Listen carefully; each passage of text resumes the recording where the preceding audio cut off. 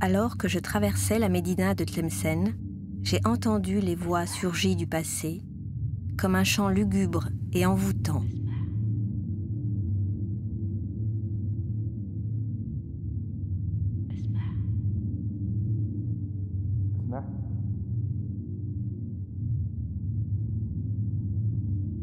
Hommes et femmes ont gravé leur histoire dans les particules de l'air, dans le chant des fontaines, dans la pierre des murs.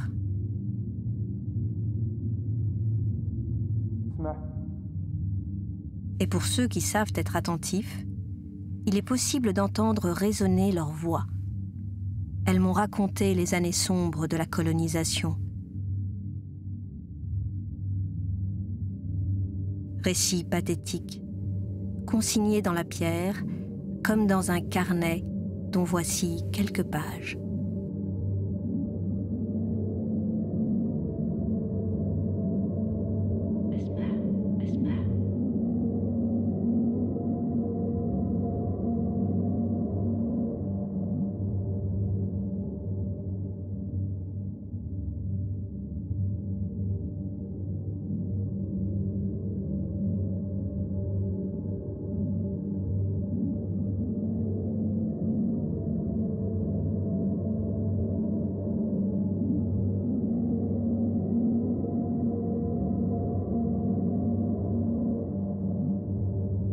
Nous avons passé des jours qui ressemblent à des nuits. Les troupes françaises occupent la ville. Tlemcen est tombée, comme d'autres villes avant elle. Nous savons que désormais, il sera difficile à l'émir Abdelkader de se relever de nos batailles perdues. Après la défaite, il faut supporter l'humiliation de n'être pas traités en ennemis. Nous ne sommes pas des combattants pour eux, mais des rebelles à soumettre ou à exterminer.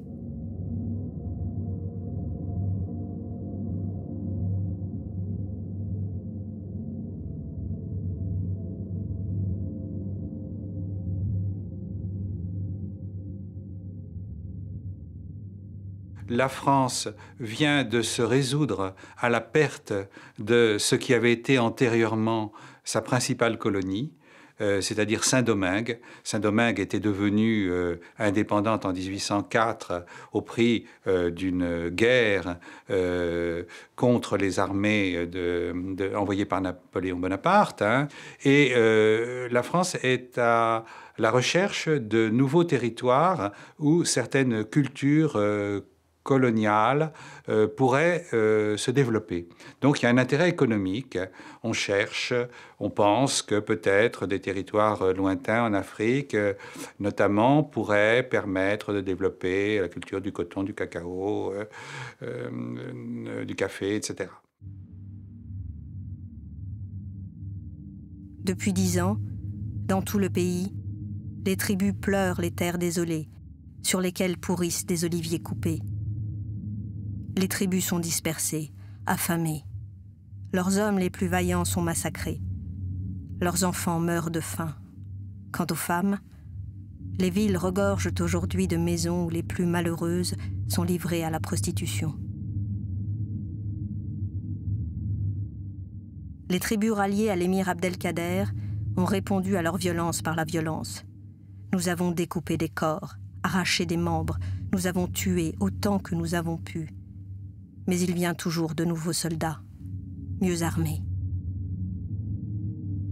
Il y a une résistance importante. Il y a une résistance importante à laquelle l'armée, elle obtient le soutien du gouvernement, même si ça pose des problèmes à la Chambre des députés de la monarchie de Juillet, où là, des oppositions sont exprimées contre les formes que prennent cette guerre de conquête.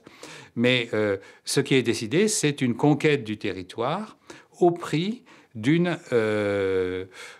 guerre non seulement aux bandes armées, mais aussi aux populations.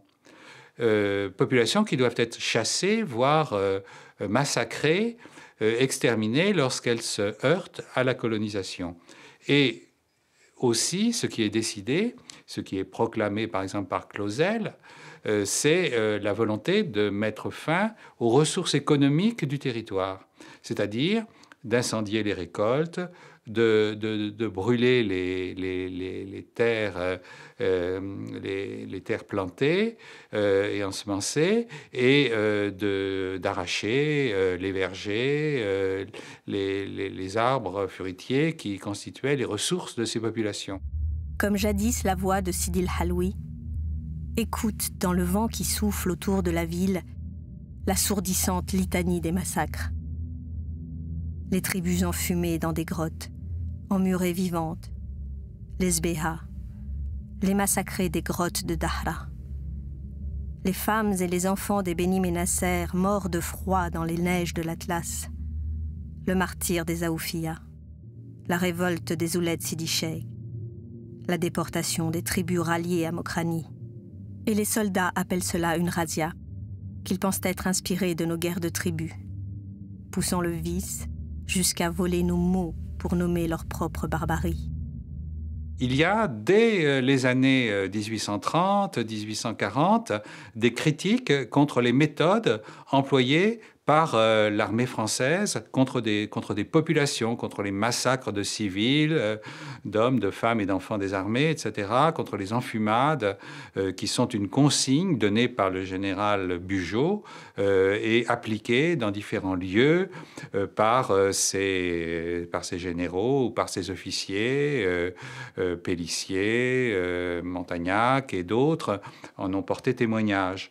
Donc il y a des protestations en France, mais disons que dans la presse, y compris la presse républicaine, eh bien, ce qui l'emporte, ce n'est pas cet attachement au principe des droits de l'homme, si je puis dire, c'est plutôt le discours de l'œuvre civilisatrice. Le discours selon lequel ce qui n'est pas tolérable en Europe peut l'être quand on fait la guerre aux Arabes, parce que c'est différent, ils ne sont pas comme nous, etc. Et certaines brutalités de certaines révoltes sont saisies comme des arguments pour justifier l'emploi de méthodes qui relèvent des crimes de guerre, effectivement.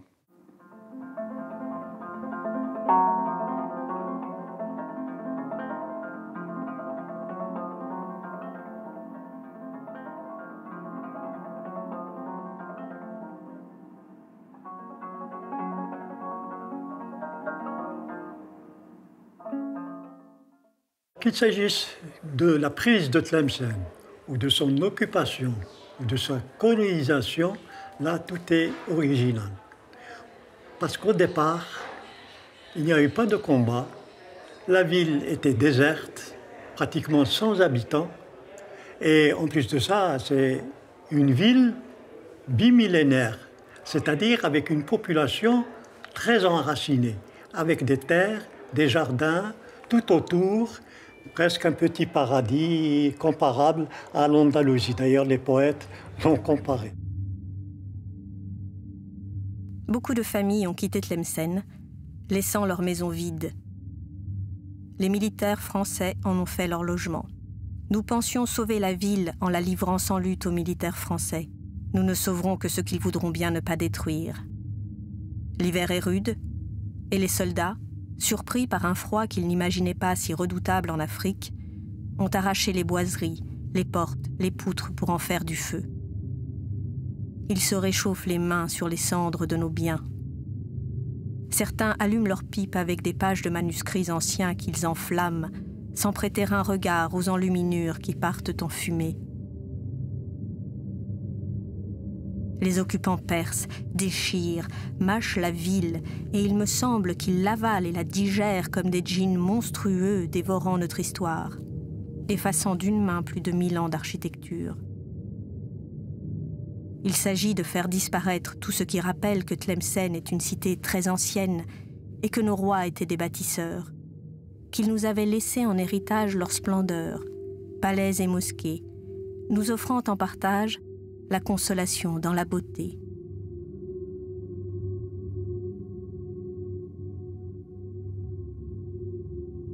À Sidi El Haloui, nos enfants pourront-ils encore rêver, perdus dans les frises à inscriptions koufiques et leurs sentences pleines de douceur, Pourront-ils encore prier entre les colonnes d'onyx dont le verre un peu transparent enchante le regard et attire la main?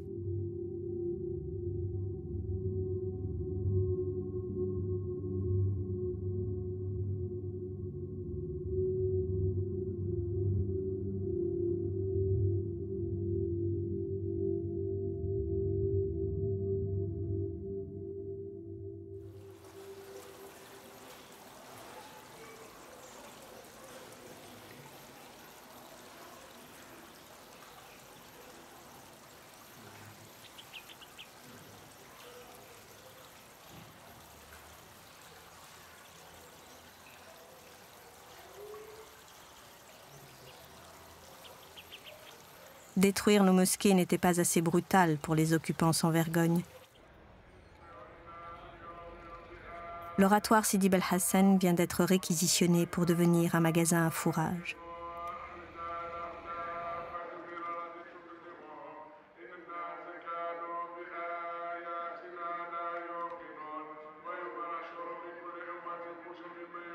Ses proportions harmonieuses offrent au regard le repos et la douceur. Son plafond de cèdre sculpté attire le regard vers le ciel. Ses moucharabiés offrent aux rayons du soleil et de la lune des jeux d'ombre et de lumière infinis. Sur les murs du mihrab, des artistes inspirés ont témoigné de notre foi dans l'art subtil de l'épigraphe.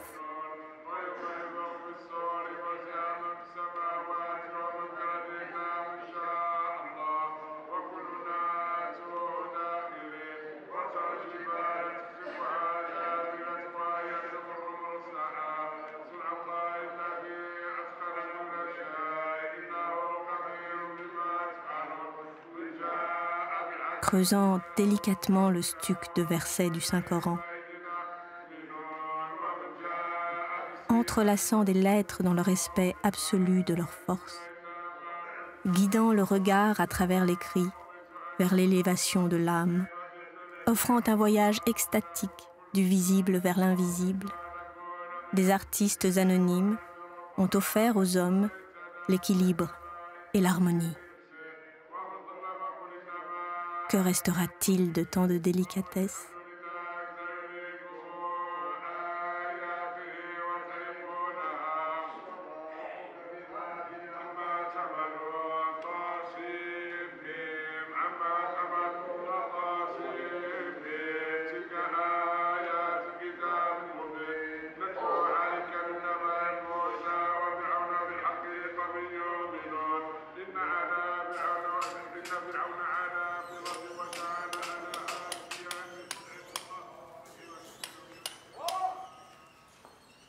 Des mains d'hommes ont œuvré avec patience et humilité à couvrir la pierre de dentelle fine.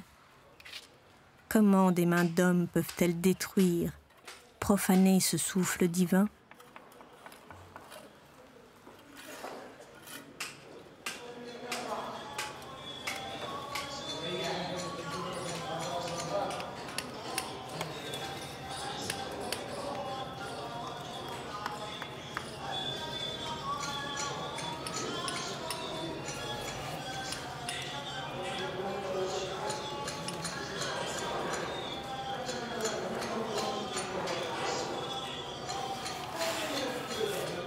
Donc à partir de 1847, donc on va voir le dépeçage de la ville en fait de façon systématique, avec l'ouverture de nouvelles voies sur l'ancienne trame traditionnelle, avec cette herbe, on le connaît, donc la topographie et le schéma traditionnel des villes musulmanes.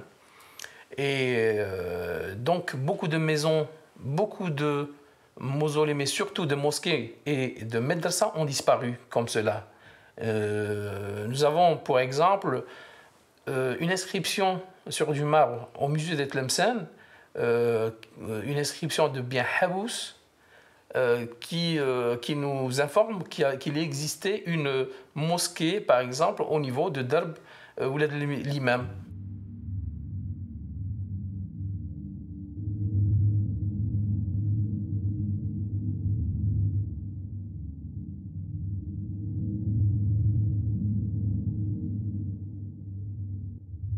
Je ne reconnais plus la Médina. Je cherche ma ville et j'y vois partout la trace des colons. Ils investissent les lieux, font tomber les maisons, agrandissent les rues. Tlemcen cachait comme sous le voile des femmes des beautés dont il fallait gagner les privautés. La discrétion de nos façades, le tortueux de nos rues doit disparaître afin que les Européens soient chez eux, chez nous.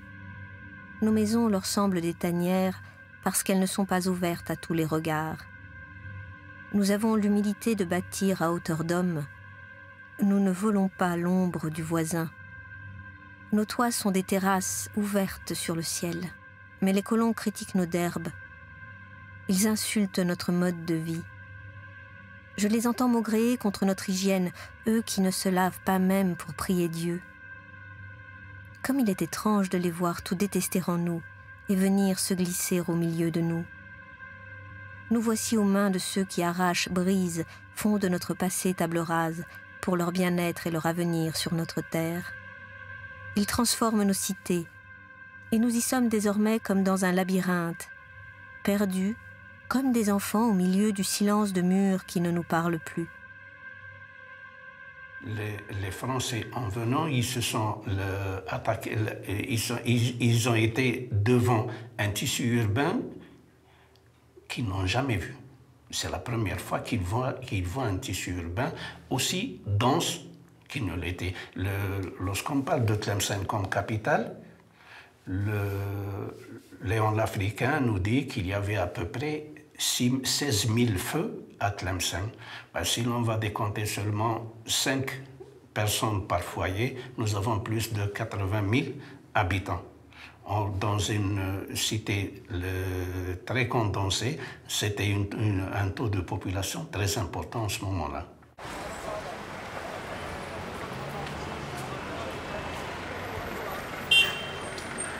Le Méchoir, citadelle des anciens rois, n'est plus. Si les murs sont restés debout, les soldats français ont rasé les palais. Dar el-Moulk, Abi Fiher, Darbaïda. On réemployait les pierres tombales des tombes musulmanes donc pour couvrir les caniveaux à travers la ville et à l'intérieur du Méchoir. Moi-même, j'en ai extrayé à l'intérieur du Méchoir en faisant des fouilles archéologiques à l'intérieur sur l'emplacement du palais des rois azyanides. Donc, nous avons, avec mon équipe, nous avons extrait plus d'une centaine donc, de pierres tombales qui soit couvraient ces caniveaux, soit donc allaient être réemployées ou étaient réemployées dans la construction des casernements militaires, du génie militaire.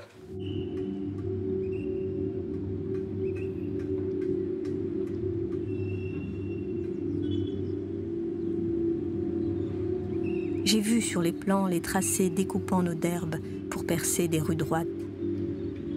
Tlemcen est dénudé, éventré, réaligné, européanisé.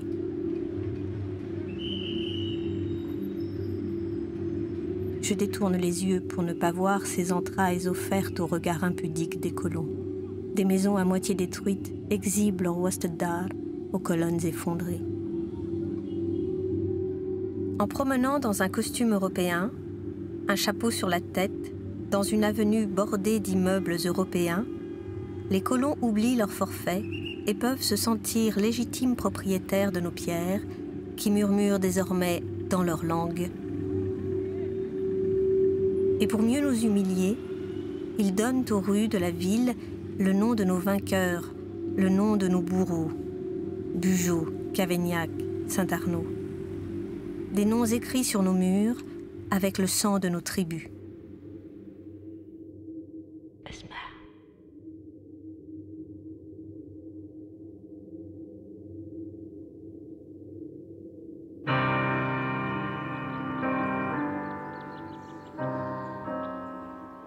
Les colons érigent des tombes pleines d'orgueil. Mais la terre dans laquelle ils inhument leurs morts est le fruit d'un larcin. Comment espèrent-ils y trouver le repos ?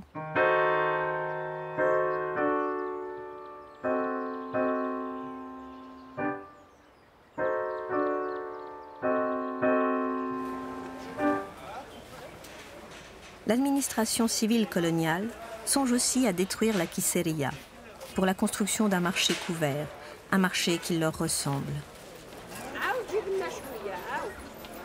Dans la Kisseria, 2000 artisans accueillaient les marchands venus de tous les horizons, de l'Afrique noire au sud de l'Europe. Toutes les langues se mêlaient dans le langage international du commerce. Les Fundouk ont accueilli les marchands chrétiens, juifs et musulmans sans distinction. Tlemcen était alors une ville de l'accueil, de l'échange. Le redeviendra-t-elle ?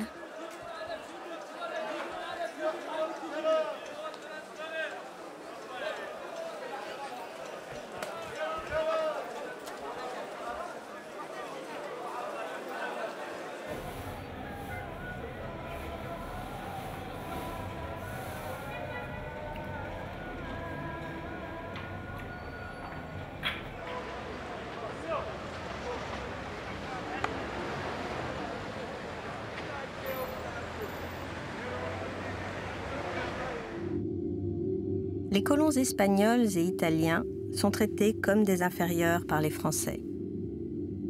Racistes entre chrétiens, leur aversion est plus grande encore pour les musulmans et pour les juifs. À peine entrés dans la ville, les Français ont saisi la synagogue du Méchoir pour en faire une église. En réaction au décret Crémieux, les colons ont tenté de nous payer pour attaquer les Juifs. Les Tlemcénis ont refusé de s'attaquer à ceux qu'ils avaient autrefois choisi d'accueillir dans leur ville.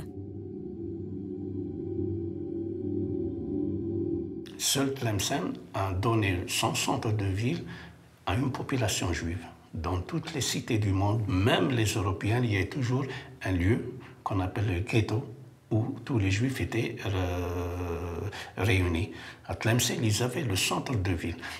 Ce n'est pas une spécificité parce qu'il y avait une affinité entre eux, non, mais parce que Tlemcen n'a recueilli de l'Andalousie qu'une partie des Juifs, n'a pas recueilli les ouvriers, les simples ouvriers, les tanneurs et les tisserands, mais elle n'a recueilli que les orfèvres, les médecins, puisque Tlemcen, à partir du XVe siècle, est devenue la capitale de la médecine en Afrique du Nord. Ephraim al-Kawa, qui était un médecin, un grand philosophe, c'est un disciple du Maïmonide, Moshe le Maïmonide. C'est une très grande personnalité. En sortant d'Andalousie, il s'était dirigé directement vers Marrakech. Mais il n'est même pas resté un mois pour revenir à Tlemcen parce qu'il a su que l'endroit où il pouvait vivre, c'était Tlemcen. Dans la légende, on dit qu'il a frappé de son pied et une source est sortie. C'est devenu une source sacrée. Et cette action-là de frapper la terre avec son pied, on la retrouve au niveau du Coran, au niveau de la Bible. Un prophète a frappé de son pied, Jonas, et l'eau est sortie, et c'est une eau qui est devenue une eau bénite. Et cette source est devenue une source sacrée pour tous les Juifs, et ils faisaient leur pèlerinage au niveau de cette source. À la mort d'Ephraim al-Kawa, la tombe d'Ephraim al-Kawa est devenue l'un des plus importants lieux de visite des Juifs dans le monde. Et c'est resté jusqu'aux années 30 du XXe siècle le seul lieu de pèlerinage des Juifs.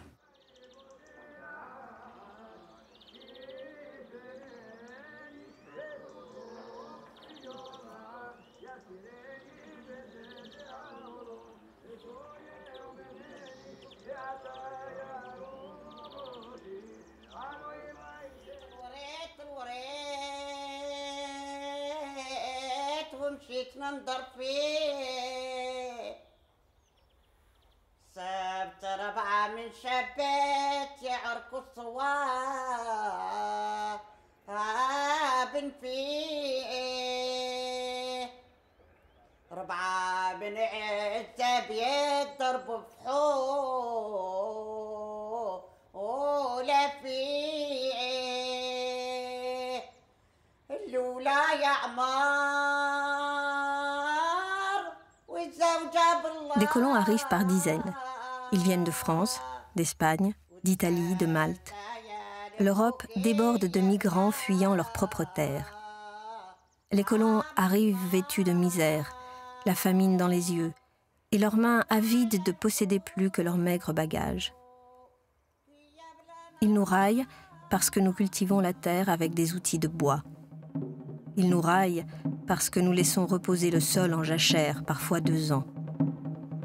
Ils ont la bouche pleine de chiffres, de récoltes formidables.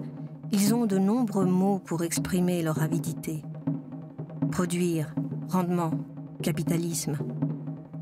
Ils nous raillent car ils viennent avec ce qu'ils appellent le progrès, la civilisation. Ils nous raillent et nous appellent barbares. Mais ils détournent les cours d'eau, détruisent les fontaines, assiègent la terre pour lui demander non pas de les nourrir, mais de les enrichir.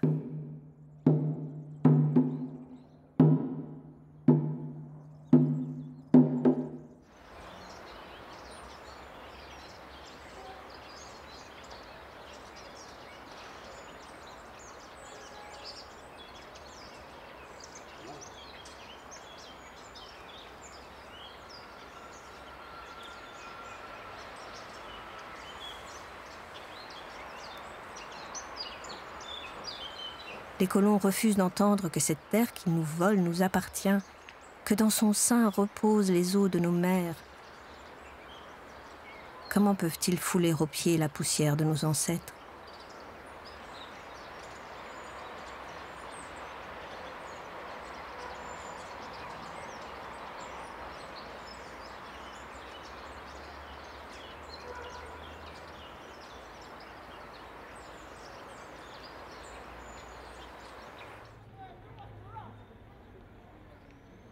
De désastres en désastres, des tribus entières sont disloquées. Les ruines de notre ville servent de tanière à 3000 ou 4000 personnes.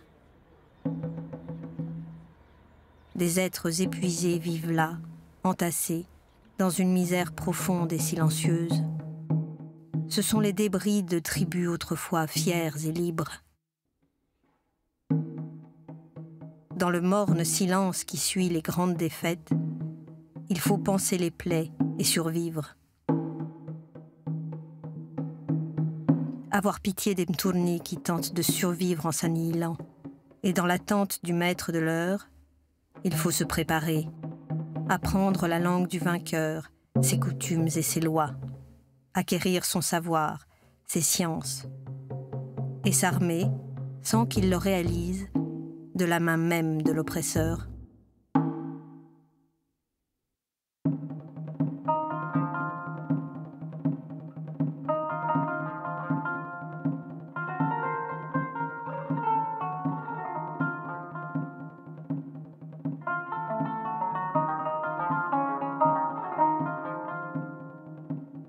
Les professeurs de nos universités ont quitté la ville avec les ouvrages précieux qu'ils ont pu sauver.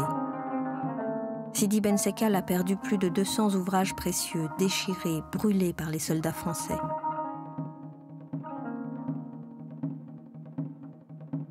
Et je revois en pensée les manuscrits dispersés.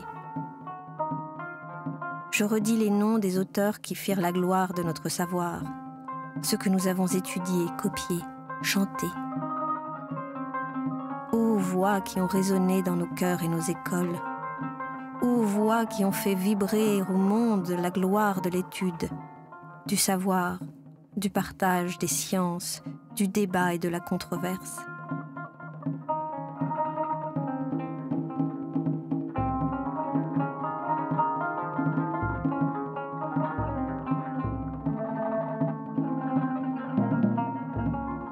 En marchant dans les rues, je jette en l'air le nom des savants, historiens, théologiens et poètes qui ont étudié ou enseigné à Tlemcen.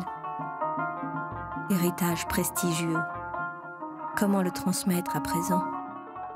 Yahya al-Tenesi, Mohamed al-Senussi, Yahya ibn Khaldoun, Ibn Marzouk al-Khatib, Abu Ubaid al-Bekri, Ibn Maryam al-Tlemceni, Ibn Khamis, Al-Habbak, Al-Makari, Al-Uqbani, Al-Abouli, Ibn Zakri, Ahmed El-Habak, Saïd El-Mandasi, Ibn Sahib, Ibn Triki, Ibn Sahla, Sidi Boujem'a.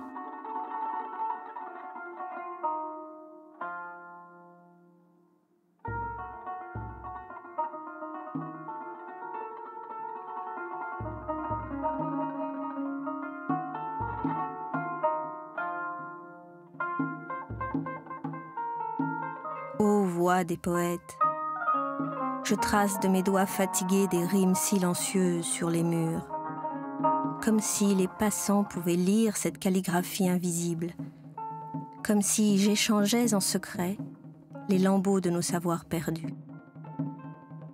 Artisans, commerçants, vieilles familles de Tlemcen organisent une résistance secrète pour garder nos traditions, les transmettre, afin que ne disparaissent pas avec nous la Qassida, le Melhoun, la San'a, la Gharnata, afin que ces mots ne soient pas que des mots sans chair, sans résonance, afin que nos mots redeviennent nourriture de l'âme, prière et savoir, afin que nos mots chantent à nouveau.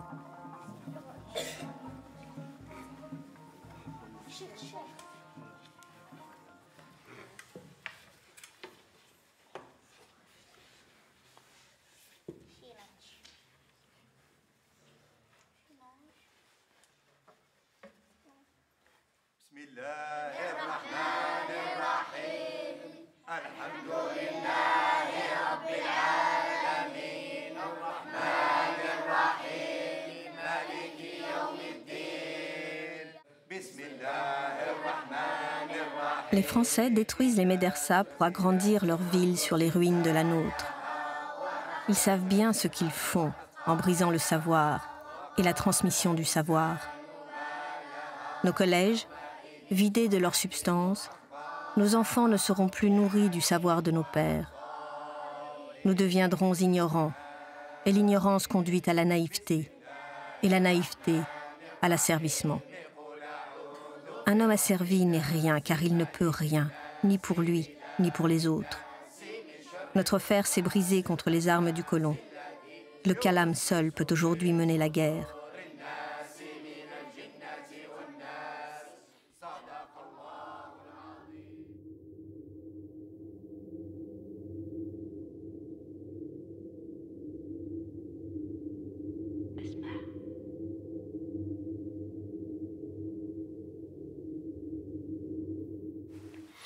On n'a pas un chiffre exact, mais les grandes médersas, celles qui étaient d'un haut rang, si vous voulez, où il y avait un enseignement de niveau, ce sont celles qui ont été consignées ou indiquées chez les auteurs anciens, c'est-à-dire Tennessee ou Ibn Khaldoun, ou reprises même par Sidi Sakal, qui a été interviewé par Bargès, par exemple, donc qui se rappelle là aussi de ces cinq écoles, n'est-ce pas, 5 écoles.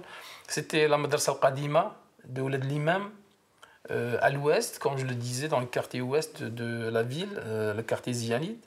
Et la Madrasa al-Jadida, c'est Tashfinia, construite par Abdelrahman Abou Tashfin, pardon, puisque la première a été construite par Abou Hamou Moussa Ier.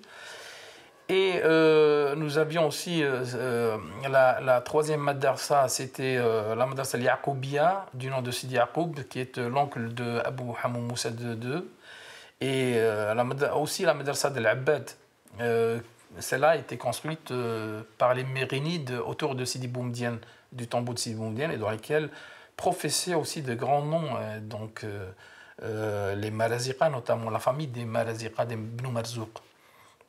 Et où a aussi enseigné Abdelrahman Ibn Khaldoun, le grand sociologue et non moins donc historien Ibn Khaldoun, pendant 4 ans au niveau de cette madrasa.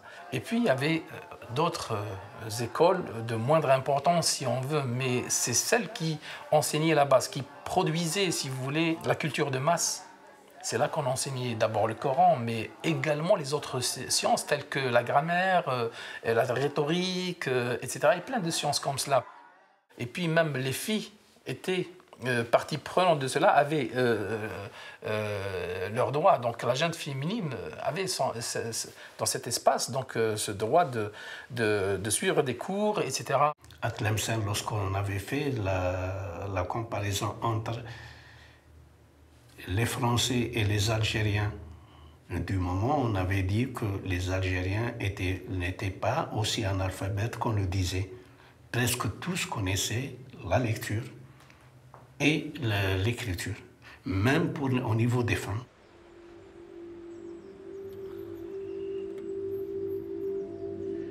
Ce matin, j'ai tenté de garder vivante la Tachfenia, juste en la regardant.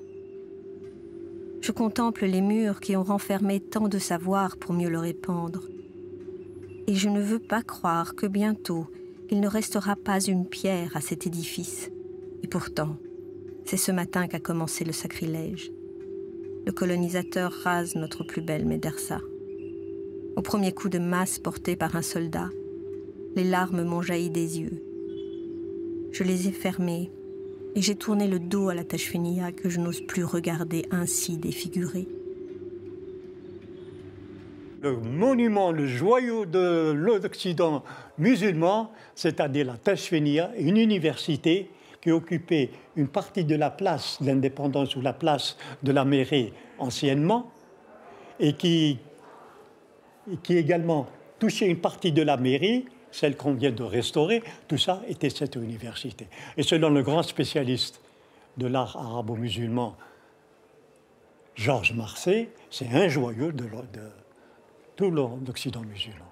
Alors là, bon, au début, on n'a pas voulu le toucher, on a fait ce qu'on en voulait. Il a fallu attendre le début de la Troisième République, c'est-à-dire 1873. Il y a une divergence entre les historiens. Bon, que ce soit 73 ou 75, finalement, la Tachfenia disparaît. Savons-nous que ces destructions sont les plus dévastatrices? Savons-nous que les colonisateurs nous tuent plus sûrement qu'avec un fusil en nous ôtant le savoir? Savons-nous qu'oublier notre langue, notre culture, nos livres, notre art, notre enseignement, c'est bientôt nous oublier nous-mêmes? Ça a été fait sciemment. Les Français ont su quelque chose. Il y avait un architecte de grande valeur, M. Dutoit, qui est venu étudier le bâti de Tlemcen, et il a mis le point sur la Tachfenia. Et à chaque fois qu'il faisait un rapport pour dire quelle est la valeur de la Tachfenia, à chaque fois les Français, les politiques, voulaient la détruire. Et depuis 72 jusqu'en fin 75, 1875, ils demandaient toujours à ce qu'on préserve cette médersa. Et à chaque fois, le rapport disait il faut la détruire. Pour la simple raison qu'elle représentait l'art zionide dans son summum. Et il ne fallait pas montrer qu'en Algérie, il y avait un État.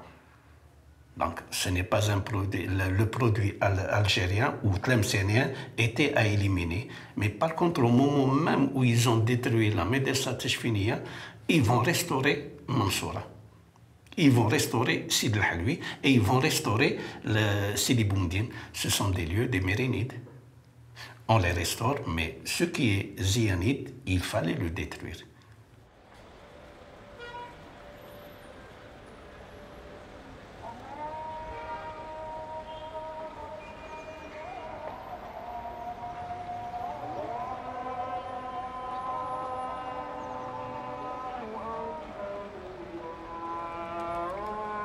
Nos biens habous ont été assimilés à des terres domaniales. Bien des mosquées, des zaouïas, terres indivises de tribus. Tout est avalé par la voracité des colons. Dans le mépris total de nos coutumes et de nos lois religieuses. Harassés d'impôts, dilués dans leurs lois, nous sommes ravalés au rang de grands enfants dociles que les Français contrôlent et gouvernent.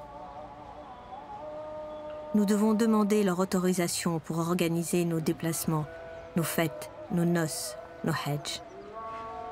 Loi Varnier, Code de l'indigénat, Senatus consulte, Autant de lois pour nous interdire l'accès à l'espace public.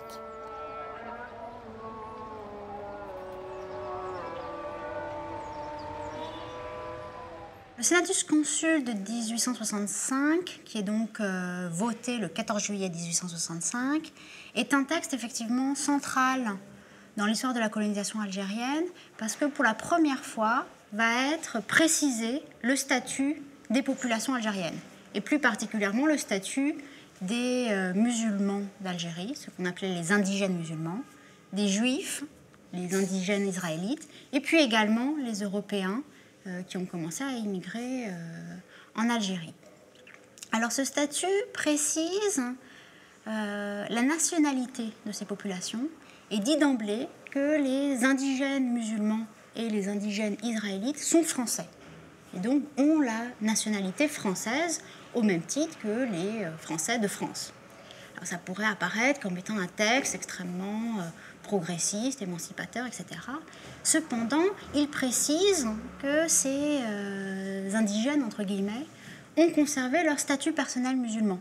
C'est-à-dire qu'ils ne sont pas soumis au code civil, mais pour tout ce qui relève du droit de la famille, des successions, etc., ils suivent les prescriptions religieuses de leurs droits respectifs, droit musulman, droit mosaïque. Et cette précision-là, qui pourrait sembler anodine, en fait a une conséquence fondamentale, c'est celle de leur retirer la citoyenneté. C'est-à-dire que le texte nous dit il continue à être régi par la loi musulmane pour les musulmans, et s'il veut devenir citoyen, à ce moment-là, il doit en faire une demande et renoncer à ce statut personnel, et donc se soumettre au code civil. Et la définition même d'indigène est intéressante. Alors, cette définition, elle a été apportée en fait plus tardivement. C'est-à-dire que le Senatus Consul parle d'indigène, mais ne dit pas ce que c'est qu'un indigène. Il va falloir attendre 1871, justement le moment où on va essayer de limiter la portée du décret Crémieux. Comment on va limiter la portée du décret Crémieux ? En explicitant ce qu'est un indigène israélite qui devient citoyen. Et il va avoir une définition assez intéressante dans son ambiguïté, va être proposé donc comme définition d'indigène, est indigène celui qui est né sur la terre algérienne avant l'occupation française, ou qui descend de parents ou de grands-parents nés sur la terre algérienne avant l'occupation française. Donc qu'est-ce que c'est qu'un indigène ? C'est quelqu'un qui est né sur une terre, mais qui est né sur une terre avant une espèce d'événement fondateur qui le dépossède de ses droits. Donc, tout le caractère paradoxal et peut-être un peu aliénant de cette définition qui est une non-définition, qui est une définition en creux, de façon négative, etc. Après nous avoir combattus, humiliés, dépossédés, les Français sans vergogne nous demandent de nous battre pour leur patrie.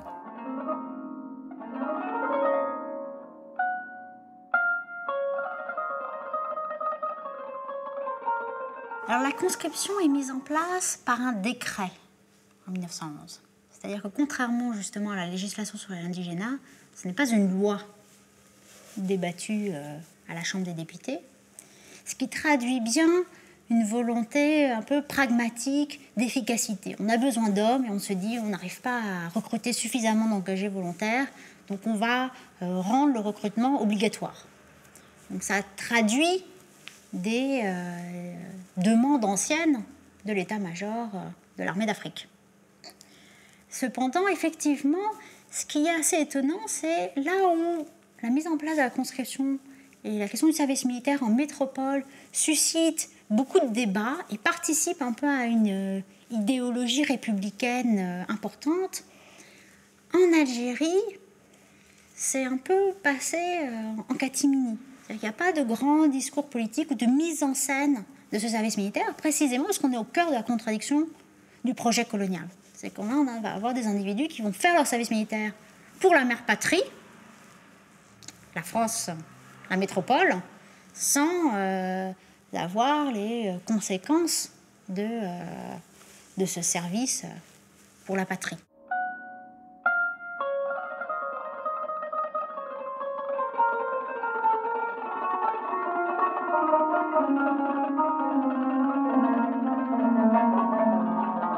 Lors du prêche du vendredi, le Mufti Hajj Djeloul Chalabi a décrété solennellement une fatwa contre la conscription militaire. Des manifestations ont eu lieu devant la sous-préfecture. 500 familles ont quitté Tlemcen, préférant l'exil, la hijra, plutôt que donner leur enfant à l'ogre français. Pourquoi verser l'impôt du sang à ceux qui nous oppriment ?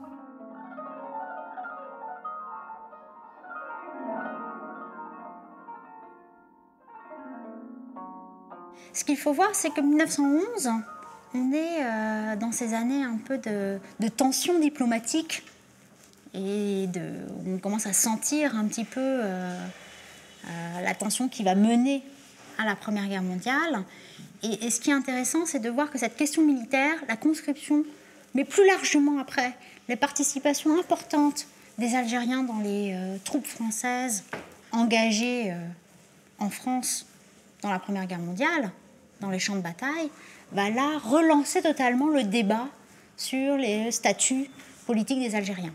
Relancer le débat en Algérie, mais également en France. Et toute cette période-là va être une période extrêmement dynamique dans le débat public, à la fois médiatique et politique, sur la question du statut politique des Algériens. On n'en a jamais autant parlé en France que dans cette période-là.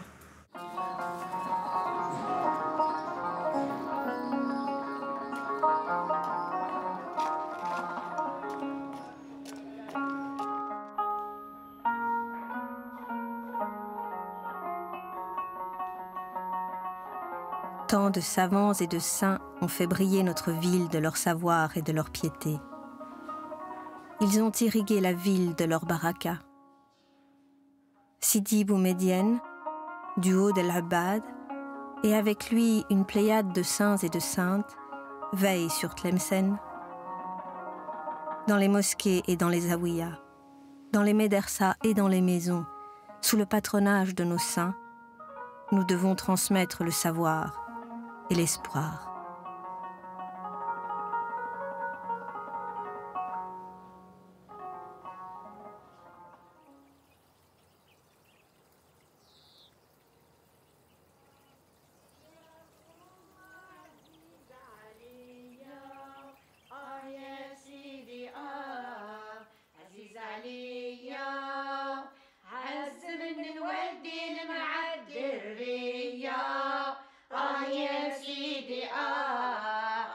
محمد يا رسول الله يا محمد يا سيدي يا محمد عن تخرج الروح بك نشاهد يا سيدي عزيز عليا سيدي رسول الله عزيز عليا يا سيدي عزيز عليا عز من الورد المعدرية يا سيدي نمشي ونجي عند رسول الله نمشي ونجي يا سيدي نمشي ونجي ونزور النبي القريشي يا سيدي عزيز عليا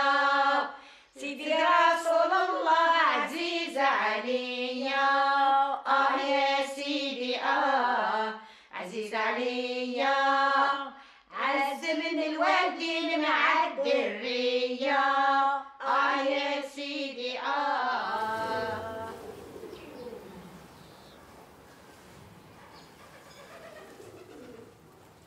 Aurons-nous la force ? Par 1000 signes, on peut voir une sordide transformation du corps chez les miens. Jeunes et vieux ont appris à se soustraire aux conquérants. Regard par en dessous, sourire hypocrite, dos courbés comme des chats se dérobant à la main du maître. Les Français y lisent l'attitude d'un peuple veule et dissimulateur par nature. Je sais, moi, que mon peuple s'est retiré en un exil intérieur, réduisant ses besoins à une attente. celle du djihad renaissant qui mettra fin à l'oppression.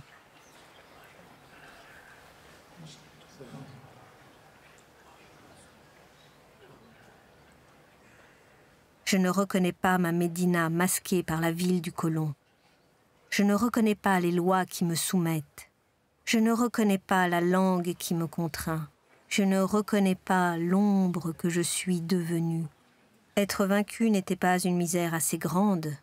Il a fallu aussi s'amenuiser, s'effilocher, disparaître, ne pas gêner le regard du vainqueur, marcher sur notre terre sans y laisser l'empreinte de nos pas, devenir étranger sur notre propre terre.